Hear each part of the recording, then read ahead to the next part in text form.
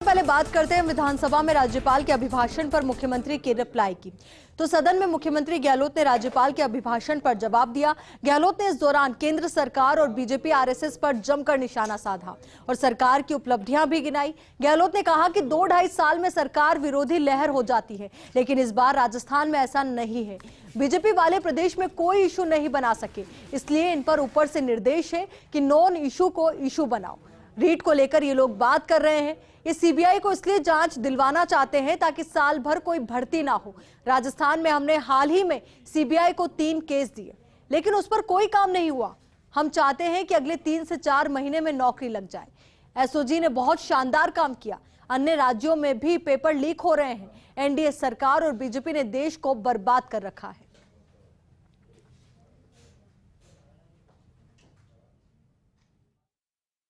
3 साल में इन्होंने एंटी इंकम्बेंसी पैदा नहीं कर पाए सरकार के खिलाफ में। इनको इस बात की तकलीफ है कि आज आम जनता में सरकार विरोधी लहर या कह दीजिए लोगों की भावना पैदा हो जाती है 2-2.5 साल के बाद में। इस बार इनके लोग भी प्राइवेटली कहते हैं कि इस बार एंटी इंकम्बेंसी नहीं है। जब नहीं है तो ये क्या बात बोले।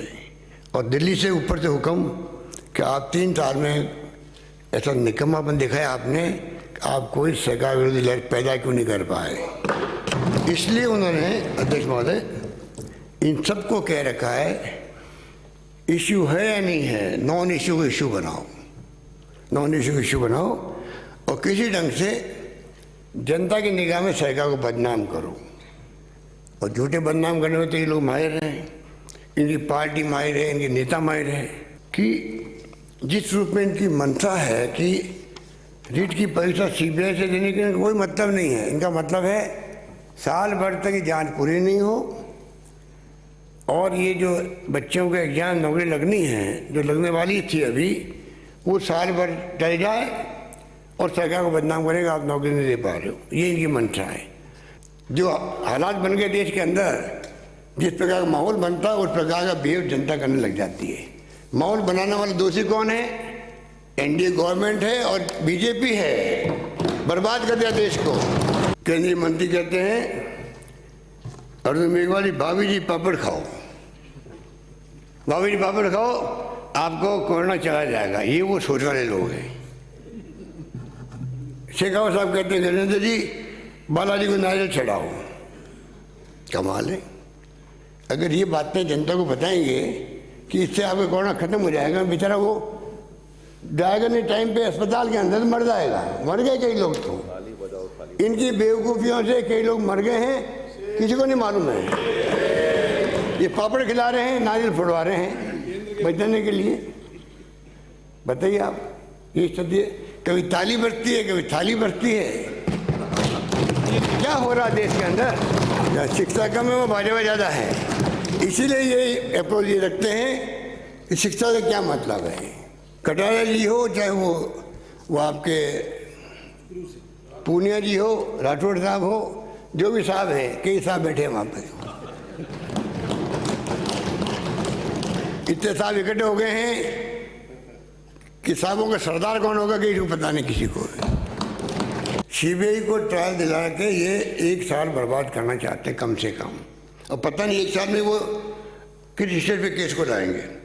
इसलिए माननीय अध्यक्ष महोदय बहुत शानदार काम किया एसओजी ने कि सरकार चाहती है कि नौकरियां लगे। 1 लाख नौकरियां हम लगा चुके हैं अभी तक और करीब 1 लाख के आसपास नौकरी का काम चल रहा है। तो पंडित नेहरू जी के ज़माने से ही इस देश का सभा की एक ऐसा प्रधानमंत्री मिला दूरदृष्टि वाला, जिसने उस जमाने में कल्पना कर ली थी देश का भविष्य क्या होगा।